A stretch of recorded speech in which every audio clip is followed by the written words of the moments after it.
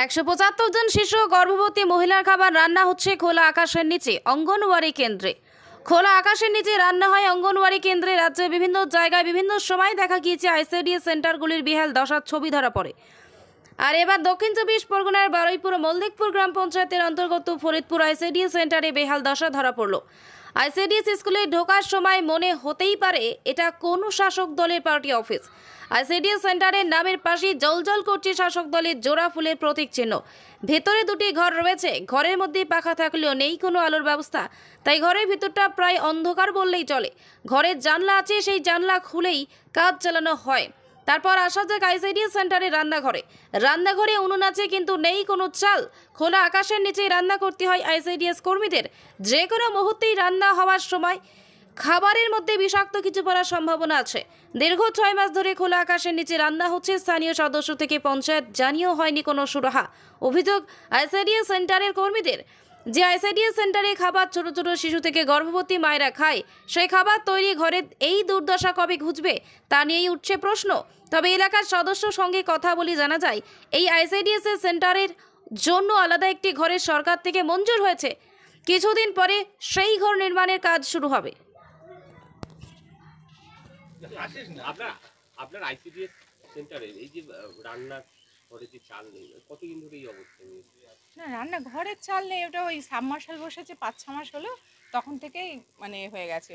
তা আমি আমাদের সুপারভাইজার দিদিকেও বলেছিলাম, দিদি এরকম খোলা জায়গায় রান্না করছি, বলছে কি করবে ওটা একটু পঞ্চায়েত প্রধানকে বা সদস্যকে বলতে। আমি সদস্যকেও বলেছিলাম, প্রধানকেও বলেছি, বলছে ঠিক আছে ব্যবস্থা করে দেবো। আর সেন্টার তো তৈরি হয়ে যাবে, টেন্ডার পাস হয়ে গেছে, এইভাবে করতে। তা আমরা ওখানে রান্না করে ওখানে খাবার দিই না, আমরা খাবার নিয়ে ঘরের মধ্যে চলে আসি।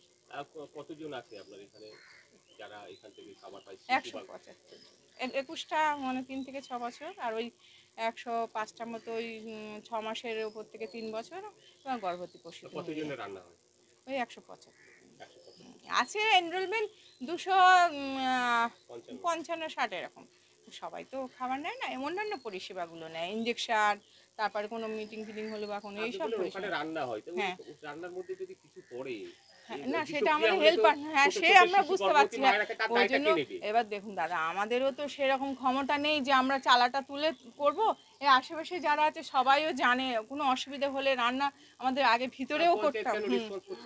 না ওই পঞ্চায়েতকে বলেছি, হ্যাঁ ওনারা বলেছেন, ওনারা বারবার এটা নিয়ে আলোচনা করে মানে বিডিও অফিসেও অনেকবার তদারকি সব করে গেছে। মানে আমি তো ছিলাম না, আমরা তো সেন্টার করে চলে যাই বাড়িপুর, আমরা তো সেন্টার করে চলে যাই।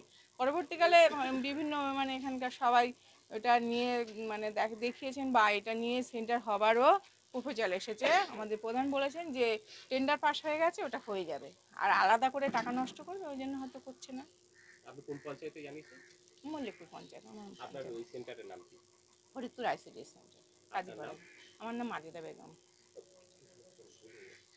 আচ্ছা, এবার আপনার যে দুটি রুম রয়েছে সেন্টারে, কোনো আলোর ব্যবস্থা নেই কেন? আলো আমরা বারবার লাগাই, ইঁদুরে কেটে দেয়, তারগুলো সব ঝুলছে। তারগুলো আমাদের তো নিজস্ব লাইন নেই, পার্টি অফিস থেকে লাইন দেয়, পার্টি অফিস তো সঙ্গেই, এনারা লাইন দেয়, সাবমার্শাল বসেছে, এনারাও লাইন দিয়েছেন।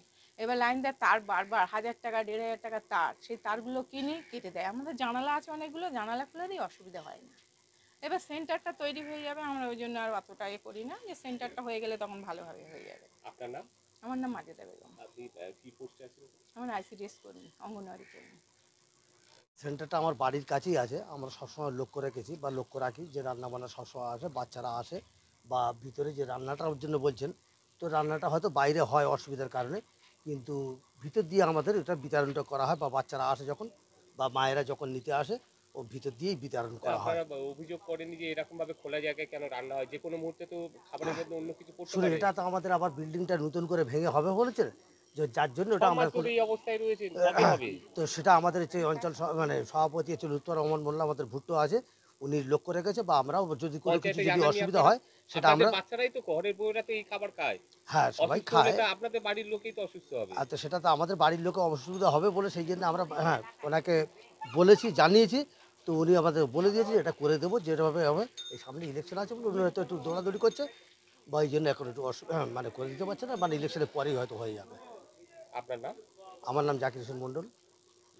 অবস্থা এমন কিছু নেই, যেহেতু আমাদের দুরবস্থা বলছেন বর্তমানে এই রান্নার জায়গাটা বারবার বলছেন, ওটা আগামী দিনে আমরা কিছুদিনের মধ্যে যথাশীঘ্র ওটাকে আমরা আবার পুনরায় ফিরে আসতে পারবো। বা চাল করে দেবেন বলছেন। চাল করে দেওয়া হবে, মানে পাকাপোক্ত করা হবে।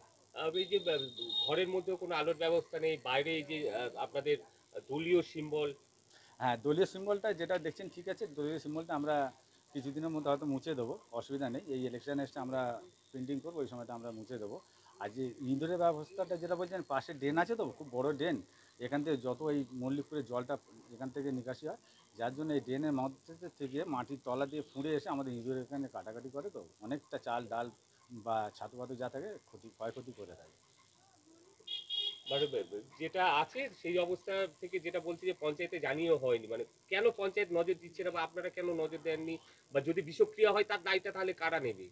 না, পঞ্চায়েতকে জানানো হয়েছে, পঞ্চায়েত তো আশ্বাস দিয়েছে, পঞ্চায়েত আশ্বাস দিয়েছে, বললাম একটু আগে বললাম 20-25 দিনের মধ্যে আমাদের কথা হয়েছে, অ্যাপ্রুভ হয়ে গেছে। সমাজ ধরে দাদা সমাজ ধরে চাল নেই, তখন একটা ঝড়ে প্রাকৃতিক দুর্যোগের জন্য এটা চালটা উড়ে গিয়েছিল, কিন্তু তারপরে আমরা পঞ্চায়েতের তরফ থেকে আমরা তো প্লাস্টিক দিয়ে রান্নাবান্না করতাম। আমি একটা কথা বললাম, সাম্বসাল বসার জন্য ওইটাকে খুলতে হয়েছে, আর তারপরে হয়তো একটু লোককে দেওয়া হয়নি, ওটা আবার পরে ঠিক করে দেওয়া হবে। আপনার নাম আর ডেজিগনেশন? আমার নাম লুৎফর রহমান মোল্লা ভুট্টো, আমি হচ্ছে মল্লিকপুর অঞ্চল সভাপতি যুব তৃণমূল কংগ্রেস। নিচে রান্না হয় আর সেই খাবারটা খায় শিশু এবং গর্ভবতী মায়েরা, যে কোনো মুহূর্তে তো বিষক্রিয়ার ঘটনা ঘটতে পারে। আপনারা না, এখানে এটা স্থানীয় বাসিন্দা, এটা কিছু বলেন না কেন? আপনি যেটা বলছেন পাশেই আমার বাড়ি, কিন্তু দীর্ঘদিন ধরে খোলা ছিল না, ওই সাবমার্শাল বসানোর জন্যেই। আর এখানে পরিষেবা ঠিকই আছে, দুটো দিদিমণি বা রান্নি, তারা সবাই আমরা প্রতিনিয়ত এখানে দেখি। আর এ আছে, আর বিশেষ করে আমাদের সদস্য লুৎফর রহমান মোল্লা, উনি সবসময় এখান থেকে ঘুরে দেখে শুনে যান, পরিবেশন বা এসে সবই ঠিকই আছে। তবে দুর্ভাগ্য যে ওই চালটা হয়তো কয়েকদিনের জন্য নেই। 6 মাস। হ্যাঁ, ওই ট্রিপল দেওয়া ছিল তো। হ্যাঁ, আপনার কি দাবি জানাচ্ছেন যাতে পার্মানেন্ট একটা স্থায়ী চাল হ্যাঁ, হয়? হ্যাঁ, সেটা চাল কেন, এই বিল্ডিংটাই হবে। আমাদের অঞ্চল সভাপতি তিনি নিজেই ঘরে আলোর ব্যবস্থা পর্যন্ত নেই, আপনারা এগুলো অভিযোগ করেন না? পঞ্চায়েতে জানাননি আপনারা?